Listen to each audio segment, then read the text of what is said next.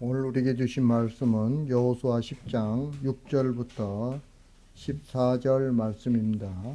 제가 가지고 있는 구약성경 333페이지 여호수아 10장 6절부터 14절 말씀입니다. 다 찾으셨으면 제가 봉독해 드리겠습니다. 다 같이 교독하겠습니다. 죄송합니다. 6절부터 14절 말씀. 기브온 사람들이 길갈 진영에 사람을 보내어 여호수아에게 전하되 당신의 종들 돕기를 더디하지 마시고 속히 우리에게 올라와 우리를 구하소서. 산지에 거주하는 아모리 사람의 왕들이 다 모여 우리를 치나이다 하매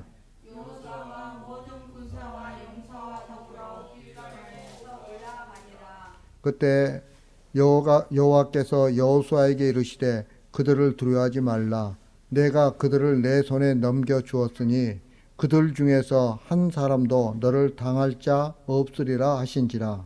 여호수아가 길갈에서 밤새도록 올라가 갑자기 그들에게 이르니 여호와께서 그들을 이스라엘 앞에서 패하게 하심으로 여호수아가 그들을 기브온에서 크게 살육하고 벳호론에 올라가는 비탈에서 추격하여 아세가와 막게다까지 이르니라.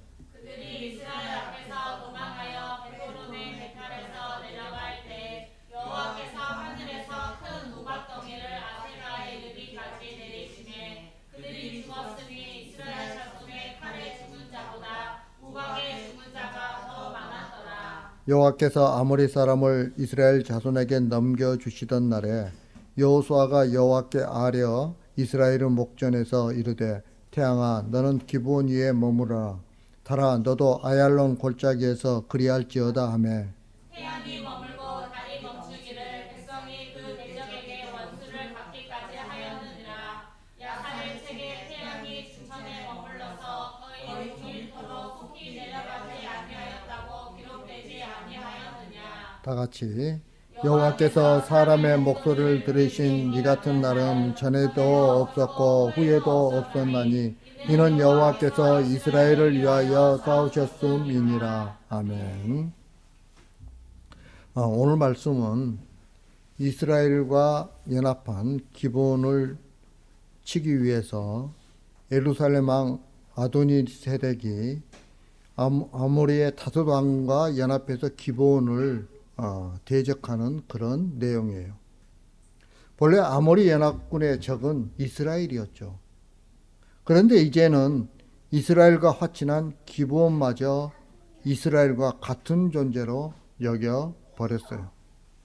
그래서 이스라엘과 연합해서 살려고 했던 기브온은 그 대가로 자신들과 같은 가나안 주민들로부터 공격을 받게 되는 거죠. 이것이 바로 오늘날 성도들의 처지를 그대로 보여주고 있는 거죠. 자, 그러면 오늘 말씀이 우리에게 주는 교훈이 무엇인지 알아보도록 하겠습니다. 먼저 6절 말씀입니다. 6절 말씀 다 같이 시작. 기브온 사람들이 길갈 진영에 사람을 보내어 여호수아에게 전하되 당신의 종들 돕기를 더디게 하지 마시고 속히 우리에게 올라와 우리를 구하소서. 산지에 거주하는 아모리 사람의 왕들이 다 모여 우리를 치나이다 하매 이게 보면 기브온은 이스라엘에게 구원을 요청해요. 여러분, 근데 이것을 통해서 기브온 주민들이 이스라엘의 종이 되더라도 화친을 하려고 했던 마음이 거짓이 아니었다는 것이 드러나죠. 만약 기브온 주민들이 조금이라도 세상의 힘에 마음을 두고 있었다면 아마 그들은 이스라엘에게 구원 요청을 하지 않았을 거예요. 그리고 그들이 어떻게 행동했을까요? 구원 요청을 하기보다는 가나안 주민들에게 용서를 구하려고 했을 거예요. 그러나 기브온 주민들은 여호수아를 찾아와서 당신들이 속히 우리에게 와서 우리를 도와달라라고 구원을 요청하고 있죠. 이것으로서 기브온 주민들은 진심으로 하나님의 능력에 굴복한 자였음을 우리가 알 수 있는 거죠. 이것은 성도 역시 마찬가지예요. 우리 하나님을 사랑한다는 말을 많이 하고 또 하나님의 능력을 믿는다는 말을 많이 하면서 우리는 살아가고 있어요. 그러나 그것이 거짓으로 들통날 때가 많이 있죠. 언제 들통납니까? 바로 외부로부터 어떤 내가 도저히 감당하기 어려운 그런 압력들이 가해졌을 때 우리는 그런 거짓이 드러나는 거죠. 자신이 예수님으로 인해서 세상으로부터 미움을 받거나 공격을 받을 때 우리는 흔들릴 때가 많이 있어요. 그러면서 세상적으로 우리 마음을 조금 양보하려고 하는 경험도 있게 되는 거죠. 이것이 바로 전투를 통해서 드러나는 우리의 악함이에요. 그러나 진심으로 하나님의 능력을 의지하며 사는 성도라면 그 어떤 일에도 오직 하나님을 향해 달려오게 되어 있는 거죠. 기본의 요청에 의해서 여호수아가 모든 군사와 용사와 더불어 길갈에 올라가죠. 그리고 하나님께서는 아도니세덱의 연합군이 여호수아에 의해서 패배하게 하시는 거예요. 그리고 그들은 도망을 치게 되고 하나님은 도망치는 그들 머리 위에 큰 우박덩어리가 떨어지게 해서 이스라엘이 칼로 죽인 수보다 더 많은 수가 죽게 하십니다. 그리고 더 놀라운 일은 태양과 달이 멈추게 되는 거예요. 여러분 12절과 13절 말씀 한번 읽겠습니다. 12절과 13절 말씀, 12절 13절 말씀 다 같이 시작. 여호와께서 아모리 사람을 이스라엘 자손에게 넘겨주시던 날에 여호수아가 여호와께 아뢰어 이스라엘의 목전에서 이르되 태양아 너는 기브온 위에 머무르라 달아 너도 아얄론 골짜기에서 그리할지어다 하매 태양이 머물고 달이 멈추기를 성이 그 대적에게 원수를 갚기까지 하였느니라. 야사를 책에 태양이 주천에 머물러서 거의 종일토록 속히 내려가지 아니하였다고 기록되지 아니하였느냐. 여호수아가 태양과 달이 멈추기를 기도하자 그 기도대로 정말 태양과 달이 멈춘 거예요. 그런데 여러분 성경의 이 말씀을 읽으면서 누가 이것을 사실이라고 믿겠느냐는 거죠. 사실 태양과 달은 인간이 통제할 수 없죠. 우리가 어떻게 태양과 달을 통제합니까? 인간은 오히려 태양과 달이 일으키는 자연의 변화에 지배를 받으며 살아오고 있죠. 그런데 여러분 태양과 달을 지배하시는 분이 누구예요? 하나님이세요. 하나님. 하지만 세상은 태양과 달을 만드신 하나님을 바라보기보다는 그 태양과 달을 바라보고 있는 거예요. 그래서 인간의 눈에 태양과 달을 섬김의 대상으로 보일 수밖에 없는 거예요. 여러분 그 이집트는 뭐 어떤 신을 섬겼어요? 이집트에서 제일 그 주신이 어떤 신이에요? 태양신이에요. 태양신. 예. 라신이나 라 태양신. 그러면 바벨론에 있는 신은 어떤 신이 가장 주신이었던 것 같아요?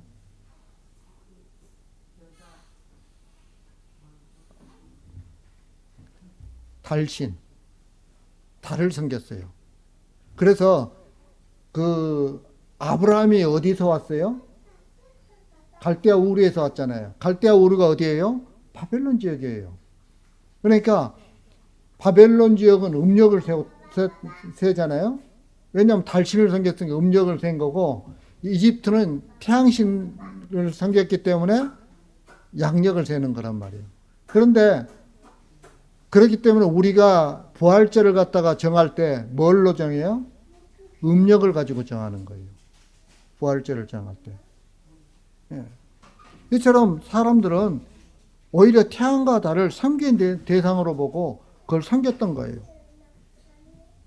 그런데 그런 태양과 달이 멈췄다는 것은 세상의 상식으로는 도저히 이해할 수 없는 일인 거죠. 여러분, 이 태양과 달이 멈췄다는 것은 상식이 아닌 과학으로도 도저히 답을 내릴 수가 없는 일이에요. 어떻게 그걸 갖다가 다 판단할 수 있겠어요? 그런데 여기서 중요한 것은 하나님은 성경에 등장하는 기적들이 세상의 사실로 받아들여지기를 바라시는 것이 아니에요. 성경에 등장하는 기적은 오직 하나님의 뜻을 전달하기 위한 도구일 뿐이에요. 그러지 그 기적을 베풀어서 그 기적에 감동한 인간들이 하나님을 믿게 하는 그런 방식으로 일하시지 않는다는 거예요. 따라서 성도는 단지 태양과 달이 머물렀다는 말씀을 받아들이고 믿으면 되는 거죠. 왜 하나님이 태양과 달을 머무르게 하는 기적을 이스라엘에게 보이셨는지를 알아가면 된다는 거예요. 이것을 과학적으로 증명할 필요가 없다는 거죠. 왜냐하면 말씀에 나오는 기적을 과학적으로 입증하려는 생각을 가지고 있다고 한다면 그것은 하나님을 알려고 하기보다는 기적에 대한 호기심에 지나지 않기 때문에 그러는 거예요. 그러니까 성경 속에 나와 있는 어떤 기적들 이런 것들을 우리가 굳이 그 과학적으로 규명할 필요가 없는 거예요. 그것을 통해서 하나님이 분명히 우리에게 말씀하신 게 있다는 거예요. 여러분 그 창세기에 보면 창세기 1장이 천지창조잖아요. 천지창조를 하는데 첫날부터 해가지고 딱 순서대로 하면 맞아요? 안 맞아요. 우리가 지금 과학을 가지고 있는 그 순서대로 하면 맞지가 않다고요. 예. 근데 하나님은 그걸 통해서 우리들에게 말씀하시는 게 있거든요. 그걸 위해서 그렇게 써놓은 거란 말이에요. 그 하나님이 의도하시는 그걸 갖다가 우리가 깨닫는 게 중요하다는 거예요. 예. 그러지 굳이 과학적으로 성경을 갖다가 파헤칠 필요는 굳이 없다는 거죠. 물론 성경을 이해하는데 고고학 같은 걸 통해서 좀 더 우리가 쉽게 이해할 수는 있어요. 그 당시의 시대 상황을 이해할 수는 있겠죠. 자, 그 다음에 14절 말씀입니다. 14절 말씀. 14절 말씀 다 같이 시작. 여호와께서 사람의 목소리를 들으신 이 같은 날은 전에도 없었고 후에도 없었나니 이는 여호와께서 이스라엘을 위하여 싸우셨음이니라. 아멘. 여러분 이 말씀을 보면 기적 자체가 하나님의 계시로서 등장하는 것이 아니라는 거예요. 기적은 단지 계시를 담고 있는 그릇에 지나지 않아요. 예. 따라서 여호수아 때 있었던 기적을 통해서 하나님께서 말씀하시려고 하는 것을 알면 되는 거예요. 굳이 오늘 우리도 그 같은 기적을 목격할 필요가 없다는 거죠. 여러분 실제로 세상 사람들 눈앞에서 태양과 달이 멈춘다고 해서 그들이 하나님을 믿게 되는 것이 아니죠. 예를 들자면 여러분 그 요한계시록에 나와 있는데 보면 일곱 인 재앙 인 있고 그다음에 인 다음에 인봉을 하고 그다음에 두 번째 재앙이 나팔이었나? 나팔 재앙이고 세 번째 재앙이 대접 재앙이란 말이에요. 그런데 그때 보면은 사람들이 그 하나님의 엄청난 재앙을 받으면서 어떻게 했어요? 하나님 앞에 회개하지 않습니다. 오히려 원망하고 하나님께 원망을 해요. 회개하지 않고. 그러니까 하나님의 태양과 달이 멈춘다고 해서 그들이 하나님을 믿는 것이 아니에요. 그냥 그 놀라운 기적에 감탄할 뿐이죠. 그 기적 때문에 하나님을 알고 하나님이 보내신 예수 그리스도를 믿게 되는 일은 없다는 거예요. 그 이유는 하나님을 알고 그리스도를 믿게 되는 것은 성령에 의해서 되는 것이지 기적에 의해서 되는 것이 아니기 때문에 그래요. 이렇게 볼 때 태양과 달이 정지된 것보다 성령 받고 예수 그리스도를 믿는 자가 된 것이 더 큰 기적이라는 거예요. 이게 더 큰 기적이에요. 더 큰 기적. 그렇다면 하나님은 무엇 때문에 태양과 달이 정지한 기적을 사람들에게 보여주었을까요? 여러분, 하나님은 태양과 달을 멈추게 해서라도 기브온 주민을 공격하는 무리들을 진멸하세요. 그만큼 기브온 주민들을 높이 보고 계시는 거예요. 그러나 기브온 주민들이 가치가 있어서 그들을 갖다 높이는 건 아니라는 거예요. 그럼 무엇 때문에 높일까요? 그들의 마음이 하나님 편에 서 있기 때문에 그걸 높이 보시는 거예요. 하나님은. 하나님의 소문을 들은 기브온은 자신이 살 길은 오직 하나님께 속한 것밖에 없음을 알았던 거죠. 다시 말하면 세상의 힘이 자신을 보호줄 수 없고 하나님 편이 되는 것만이 유일한 살 길이라는 것을 알았다는 거예요. 이것이 하나님 편으로 사는 성도들의 모습이에요. 하나님은 인간 편이 아니라 하나님 편이세요.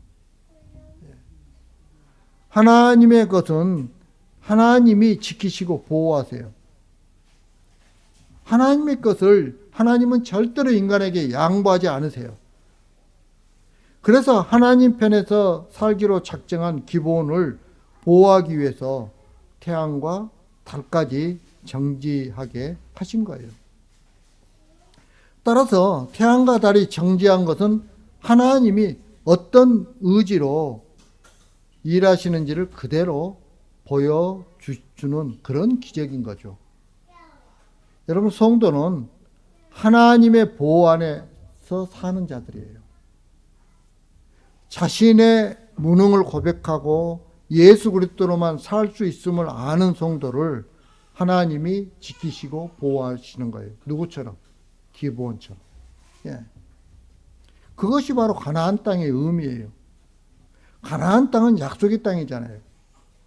이스라엘이 약속의 땅에 들어왔다는 것은 이제 자신들의 힘으로 자신을 보호하고 사는 땅이 아니라 하나님의 약속이 그들을 보호하고 지키는 땅에 들어왔다는 것을 의미하는 것. 다시 말하면 그들이 가나안 땅에 들어왔다는 것은 하나님께서 이제는 지켜주신다는 거예요. 예.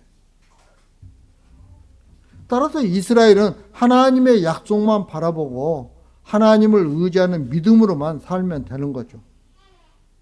우리가 믿는 하나님은 약속을 파기하지 않으세요. 우리가 믿는 하나님은 한 번 하신 약속을 바꾸지도 않으세요.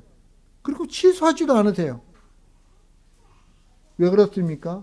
신실하신 하나님이시기 때문에 그런 거예요.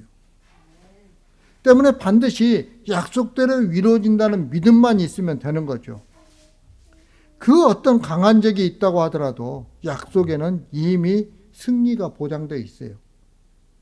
태양과 달을 정지하게 해서라도 약속 안에 있는 자를 보호하시고 지키시고 이기게 하신다는 것이 하나님의 의지인 거죠. 그렇다면 성도가 약속 안에 산다고 할 때 그것은 엄청난 능력과 힘과 축복 안에 들어와 있음을 의미하는 거예요. 여러분, 우리는 이미 하나님의 복을 받은 자들이에요. 가장 큰 복을 받은 자들이에요. 그럼 무슨 복이 더 있어야 됩니까? 예.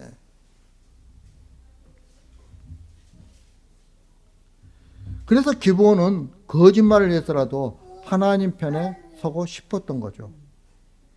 하나님 편에 서는 것이 곧 사는 길임을 알았기 때문에 그런 거죠.